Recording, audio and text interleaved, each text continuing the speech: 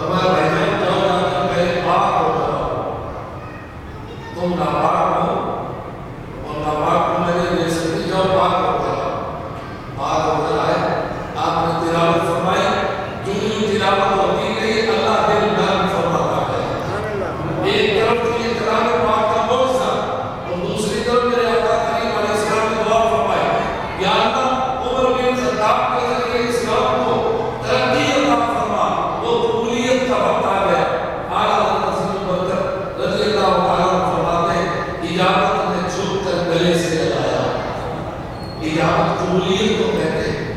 اجابت میں جھک کر گلے سے لگایا بڑی ناز سے جب دعائے محمد صلی اللہ علیہ وسلم. یہ تو سرکار کی دعا تھی. سرکار دل میں ارادہ فرما لیا تو اللہ تعالیٰ اسے پورا فرما دے گا. فَلَنُوَلِّيَنَّكَ قِبْلَةً تَرْضَاهَا. سنا علماء سے سنا سرکار نے دل میں خیال کیا. اللہ فرماتا ہے محمود وَوَلِّ وَجْهَكَ فِي السَّمَاءِ. آسمان کی طرف کیا دیکھ رہا ہے؟ جہاں تیرا دل کرتا ہے چہرے کو گھما ہم کائنات کو اسی طرف پھیر دیں. وہ محبوب جس کے دل کے ارادوں کو اللہ پورا فرما دے وہ ہاتھ اٹھا کر دعا فرما دے. عمر بن خطاب رضی اللہ تعالیٰ عنہ کی قبولیت کا وقت آ جاتا ہے. حضرت عمر رضی اللہ تعالیٰ عنہ تلوار لے کر جسم پر لرزہ تاری ہے کپتی تاری ہے دار قلب میں پہنچ گئے. صحابہ نے عرض کیا یا رسول اللہ عمر کے تیور اچھے نہیں ہیں. 2 یا 4 دن پہلے جناب سیدنا امیر حمزہ رضی اللہ تعالیٰ عنہ آپ حلقہ بگو سے اسلام ہو گئے تھے. تلوار لے کر کھڑے ہوئے. فرمایا صحابہ اگر عمر اچھی نیت سے آیا ہے تو اسے مبارک اور اگر غلط نیت لے کر آیا ہے تو اسی کی تلوار سے اسی کی گردن اڑا دی جائے. سرکار سے محبت کا ہی آیا. جناب سیدنا عمر فاروق حاضر ہوئے قدموں پر سر رکھ کر عرض کیا یا رسول اللہ صلی اللہ علیہ وسلم قربان ہونے کے لیے آیا. قدموں پر قربان ہونے کے لیے. اللہ اکبر جل جلالہ.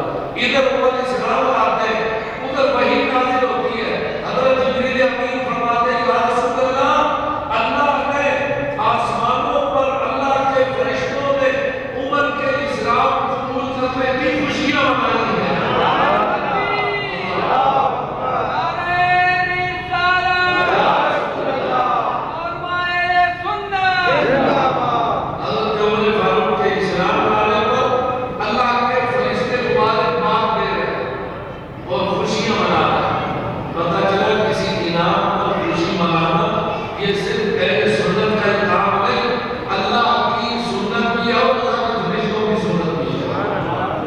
یہ انعامی کہا اسلام کے لیے.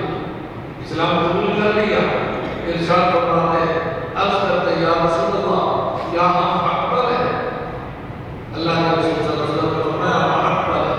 فرمایا یا رسول اللہ میں چھپ کر عبادت کیوں پھر پوشیدہ ہو کر عبادت کیوں ہے؟ اعلان کرو بتاؤ لوگوں کو کہ آج عمر مسلمان ہو گیا ہے. آج کے بعد کوئی مسلمان چھپ کر عبادت نہیں کرے گا. اگر اعلان اللہ کی توحید اور آپ کی رسالت کا پرچم اٹھائے گا. اللہ کے رسول صلی اللہ علیہ وسلم نے فاروق اعظم کا نام بتایا. فاروق اعظم فرق کرنے والا حق اور باطل میں تمیز کرنے والا دونوں کو علیحدہ کرنے والا سب سے بڑا عباسقی نام سے کوئی جانے یا نہ جانے فاروق اعظم کے نام سے سب جانتے ہیں. اسلام اور کفر کے درمیان فرق کرنے والی شخصیت جس کے اسلام آنے میں اللہ تعالیٰ کے فرشتے آسمانوں پر خوشیاں منائے اس سے آنے میں بھی خوشیاں منائے. اللہ اکبر. جناب سیدنا عمر فاروق رضی اللہ تعالیٰ اللہ کے رسول کے حکم سے ہجرت فرمائی. چوتھے آدمی یا تیسرے آدمی کے آپ ہجرت فرمائی مدینہ طیبہ. اب کوئی چھپ کے جا رہا ہے کوئی رات کے اندھیرے میں جا رہا ہے کوئی کسی طرح ڈر کی وجہ سے کہ لوگ نقصان نہ پہنچا دیں اور کافروں نے نقصان بھی پہنچایا. اللہ اکبر. ایسے ایسے واقعات آتے ہیں. ایک صحابی انہوں نے بیوی کو بھی ساتھ لیا مال کو بھی ساتھ لیا خاندان والوں کو بھی ساتھ لیا. مسلمان ہو گئے. رستے میں کافروں نے پکڑ لیا. کہنے کہاں جا رہے ہم مسلمانوں کو مدینہ طیبہ جا رہے ہیں. فرمایا مسلمان ہو گئے ہو تو مکے کا مال مدینہ میں لے کے جا رہے ہو.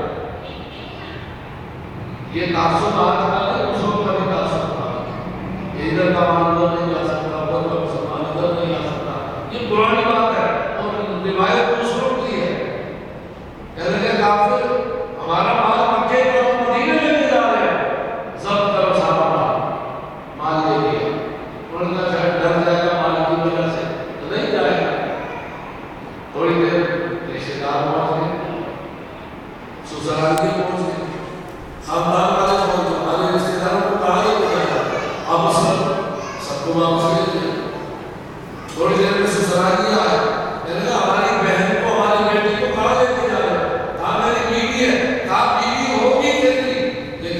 تو ہماری اپنے لے جانے دیتے چھین لیا اولاد کی خاندان کی مال کی بے سر و سامانی کے عالم میں تنہا رہ گئے پھر بھی عرض کیا لوگوں سے کہا لوگوں اگر میرے کپڑے بھی اتار لو تو تب بھی میں نبی رحمت کے دامن سے دور نہیں ہوں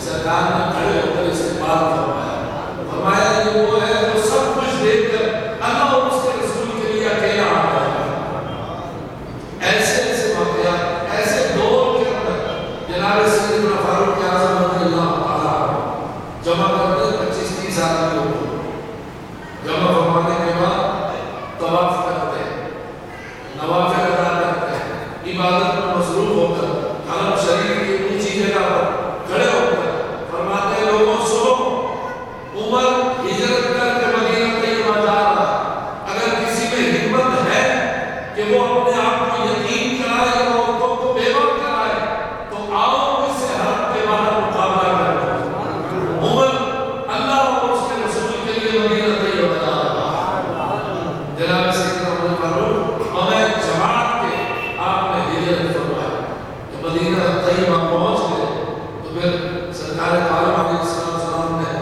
جو بھائی چارے کا وہ ایک سلسلہ قائم فرمایا اس کے ذریعے اللہ پاک نے آپ کو دولت بھی عطا فرمائی لیکن تقوی کا یہ عالم سامنے محترم کہ جناب